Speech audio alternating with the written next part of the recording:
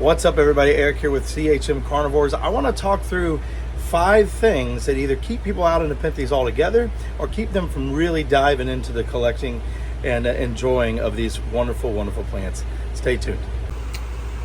What's up, everybody? Eric here with CHM Carnivores. I hope you're doing well.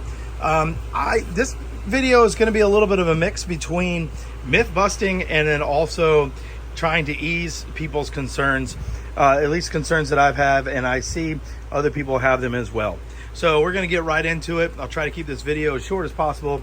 But I think there's a lot of good information here that'll either help you get into the hobby or once you're in the hobby, feel a little bit more comfortable about growing these plants. First myth is the biggest one. Nepenthes are hard to grow.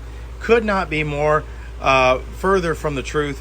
They are, in my opinion, once you get just the basics down, the media and just the simple care, they are easier to grow, in my opinion, than a lot of non-carnivorous plants. They are very, very hardy plants, and they are very forgiving, as we've talked about here. Even when you have a clumsy owner like me, breaks them, and how they will grow back. They require very specific standards, but not out of reach standards. So they need inert soil, so sphagnum moss, peat moss. Super simple. It doesn't have to be ornate or anything crazy. They do require some humidity. Some require a lot. Most, especially the hybrids, are very forgiving in that nature. And then they just require their soil to be moist, which brings me to the next point. Now, this one has been one that has always been a source of anxiety for me. This is less of a myth and more of something that has kept me from really enjoy it. And I have to give a shout out to my buddy Josh at Josh's Carnivorous Plants. He really has opened my eyes to this.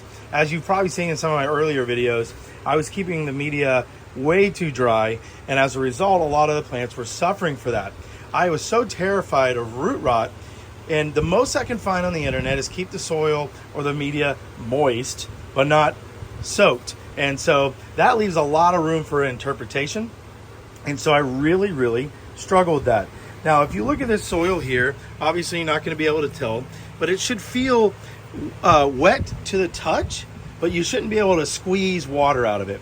And that is definitely where you want to be. You want it to be wet to the touch, but you shouldn't be able to wring any water out of it. And if you do get some water, it should be very, very minimum. Now, bonus here, you want to make sure that you check the bottom of your pots too.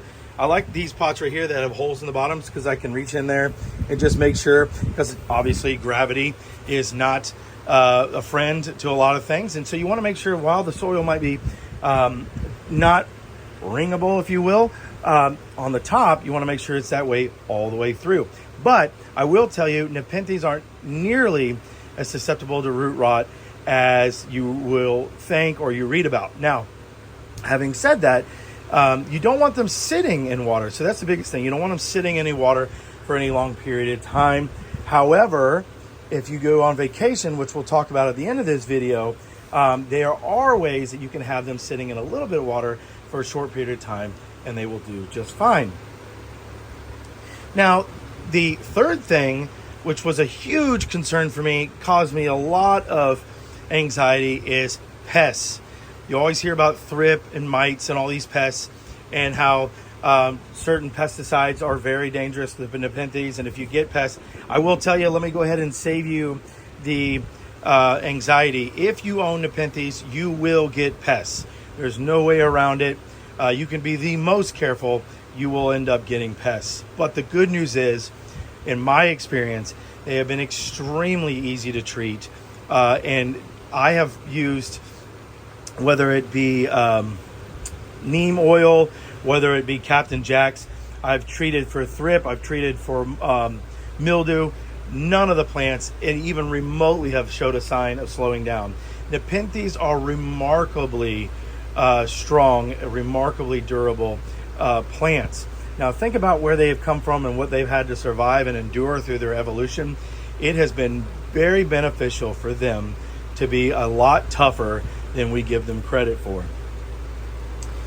The fourth this one's more of a myth, is that you have to have a special grow tent like this in order to be successful. Now, I have these in a grow tent, frankly, because I just don't have the room in my house. You don't have to have Nepenthes in a grow tent. There are a plethora of plants out there that will grow just fine in your home. Windowsill Nepenthes does a great job highlighting this, about what plants you can grow in your windowsill and how to do it. And if you've ever seen Remy's plants, they look absolutely gorgeous. Growing them in your home is absolutely doable, and it's absolutely attainable. And you can have the joy of these plants in the comfort of your home without the need to purchase all of this extra equipment, grow lights, etc., etc. Same thing with grow. I just said grow lights. All these things, right? Of course, they're a benefit if you have the room and the availability to grow them in a controlled setting. It, however, is not a necessity. I cannot stress it enough. A lot of people, I think, keep back away from this hobby or shy away from growing these plants because they feel like they don't have the conditions for it. Your home is a perfect condition for it. And the last thing I'll talk about to keep this video short is vacation. You'll see a lot of growers who have a lot of anxiety about what to do with my plants if I leave town or go on vacation. I personally have a friend, I'm very blessed with this, that will come over and take care of them. But it's not necessary. There's a lot of videos out there that will show you how you can vacation proof your Nepenthes, if you will, by adding a little bit of water in a tray, and then you put a towel in there that will actually wick the moisture. They can survive a good amount of time with you away. Now, it's always nice to have that friend that got your back and will look out for them, but going on vacation is not a reason not to collect them. I know it is a reason that causes a lot of anxiety for myself, and I'm sure for others, but Nepenthes will do just fine. You can use, like I said, the tray method with a little wicking towel. You can have a sprayer system that comes on, and then of course timers, things like that help out tremendously. If you're in your home, that's where the wicking system would really come in very nicely. And then, like I said, they can sit in water for just a little bit. And by a little bit, I mean, a few days, maybe even a week. And there's a lot of videos out there that highlight that.